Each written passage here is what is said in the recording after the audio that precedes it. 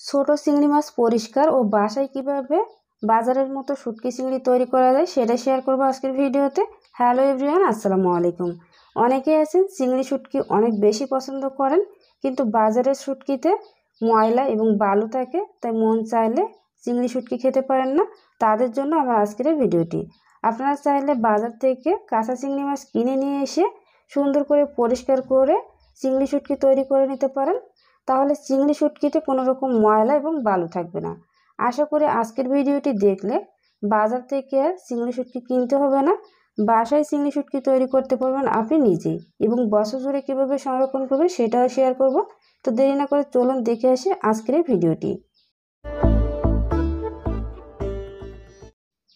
বাজারে যে চিংড়ি শুটকিগুলো পাওয়া যায় সেগুলো কিন্তু নদী বা সাগরের মাছ, বাট আজকে আমি যে ভিডিওটি করছি এটা কিন্তু পুকুরের মাছ।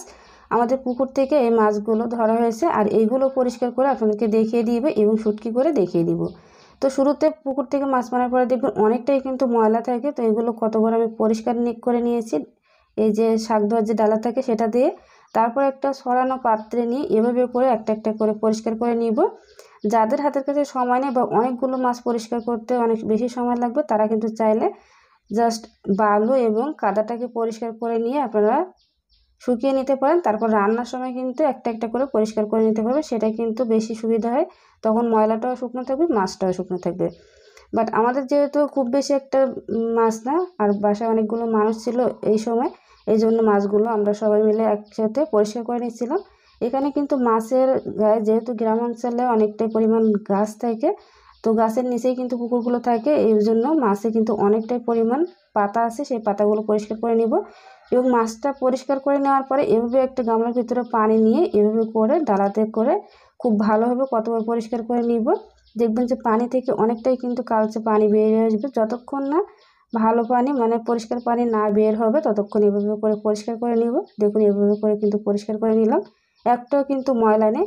তো আপনারা চাইলে কিন্তু ময়লা সহ এটাকে রোদে দিয়ে শুকিয়ে নিতে পারেন, সেক্ষেত্রে কিন্তু রান্নার সময় অবশ্যই পরিষ্কার করে নিতে হবে।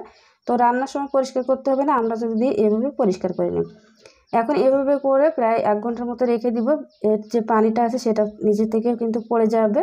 পানিটা ঝরিয়ে নিয়ে তারপর শুকালে কিন্তু খুব দ্রুত শুকিয়ে যায়, তাই চেষ্টা করবেন পানিটাকে ঝরিয়ে নেওয়ার।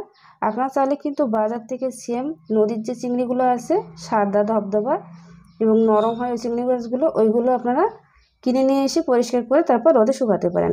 আর কীভাবে শুকাবেন সেটা একটু দেখিয়ে দিই। এভাবে কিন্তু আমরা ছাদের উপর শুকাতে দিয়েছিলাম এবং একটা নেট বিছিয়ে দিয়েছিলাম, দিয়ে আর 2-3 ঘন্টা পর পর কিন্তু এভাবে করে উল্টে পাল্টে শুকিয়ে নিতে হবে। তো এই তো সবগুলো মাছ শুকিয়ে নিলাম, আর শুকানোর পরে কিন্তু এটা এরকম ঝরঝরে হয়ে যাবে। আর এটা কিভাবে সংরক্ষণ করবে সেটা বলে দিই। এটা সংরক্ষণ করতে হলে কিন্তু অবশ্যই খুব ভালো মতো এটাকে শুকিয়ে নিতে হবে। মাছগুলো শুকানোর পরে অনেক অংশ কিন্তু ভেঙে যায়, সেগুলো এভাবে করে আমি পরিষ্কার করে নিব। একটা শাক ধোয়ার যে ডালা আছে তার ভিতরে দিয়ে এভাবে নাড়াচাড়া করে যেগুলো গুঁড়া হয়ে আছে সেগুলো ফেলে দিব। আর এমনিতে আমার এখানে কিন্তু পিঁপড়ে হয়েছিল মাছে, তাই আমি এভাবে করে একটু চেলে নিলাম, তাহলে পিঁপড়াটা চলে যাবে। চাইলে কিন্তু রোদে দিয়ে পিঁপড়াটাকে সরিয়ে নিতে পারেন। তো এভাবে করে খুব ভালোভাবে চেলে নেওয়ার পরে দেখবেন কিছু অংশ এভাবে নিচে চলে যাবে, সেগুলোকে ফেলে দিব। এটা চাইলে কিন্তু খাওয়া যাবে, কোনো সমস্যা নেই, বাট যেহেতু এগুলো গোড়া হয়ে আছে একটা পাত্রে রাখবো, সেক্ষেত্রে এগুলোকে আমি ফেলে দিব। আর এগুলো অবশ্যই কিন্তু ভালো মতো শুকিয়ে নিতে হবে। আর যখনই সংরক্ষণ করবেন একটা এয়ারটাইট বক্সে করে আপনারা চাইলে নর্মাল ফ্রিজে রেখে দিতে পারেন, তাহলে কিন্তু 1-2 বছরের বেশিও ভালো থাকবে। আর যদি নর্মাল ফ্রিজে সংরক্ষণ করতে না চান সেক্ষেত্রে কিন্তু আপনারা 1-2 মাস পরে এগুলোকে একটু রোদে দিবেন, সেক্ষেত্রে কিন্তু কোনো রকম ফাঙ্গাস পড়বে না বা ভিতরে কোনো রকম পোকাও হবে না। আর এই চিংড়ি মাছগুলো কিন্তু আপনারা বাজারে যে চিংড়ি মাছগুলো দিয়ে বিভিন্ন রেসিপি তৈরি করেন সেমভাবে বিভিন্ন রেসিপি তৈরি করা যাবে, কোনো রকম কিন্তু স্বাদের তারতম্য থাকবে না। তো এভাবে চাইলে আপনারা বাসায় বাজার থেকে কাঁচা চিংড়ি মাছ কিনে নিয়ে এসে শুটকি চিংড়ি তৈরি করে নিতে পারেন। বিশেষ করে যারা শুটকি চিংড়ি লাভার আছেন তাদের জন্য বলছি। দেখুন এগুলো শুকানোর পরে কিন্তু একদম মচমচে হয়ে যাবে, চানাচুর ভাজার মতো। অনেকেই কিন্তু এটা দিয়ে বালাচা তৈরি করে, আপনারা চাইলে কিন্তু বালাচা তৈরি করে ঘরে রেখে দিতে পারেন, এমনিতেই কিন্তু খাওয়া যায়। তো আমি একটা কৌটা ভরে রেখে দিব নর্মালভাবে, কোনো রকম ফ্রিজ ছাড়া, যেহেতু রোদের ব্যবস্থা আছে বেলকনিতে, মাঝে মাঝে এগুলোকে রোদে দিব। তো আপনাদের যাদের রোদের ব্যবস্থা নেই তারা কিন্তু এগুলোকে নর্মাল ফ্রিজে রেখে দিতে পারেন, তাহলে কিন্তু 1-2 বছরে এগুলো নষ্ট হবে না। আর যাদের ফ্রিজ নাই তারা কিন্তু অবশ্যই এগুলোকে একটু 1-2 মাস পর পর রোদে দিবেন, তাহলে কিন্তু বছর জুড়ে ভালো থাকবে। তো আমি এই তো কৌটা ভরে নিলাম। তো আজকের এই পদ্ধতিটা আপনাদের কাছে কেমন লেগেছে অবশ্যই কিন্তু কমেন্ট সেকশনে জানাবেন। দেখা হবে পরবর্তী কোনো ভিডিওতে। আসসালামু আলাইকুম।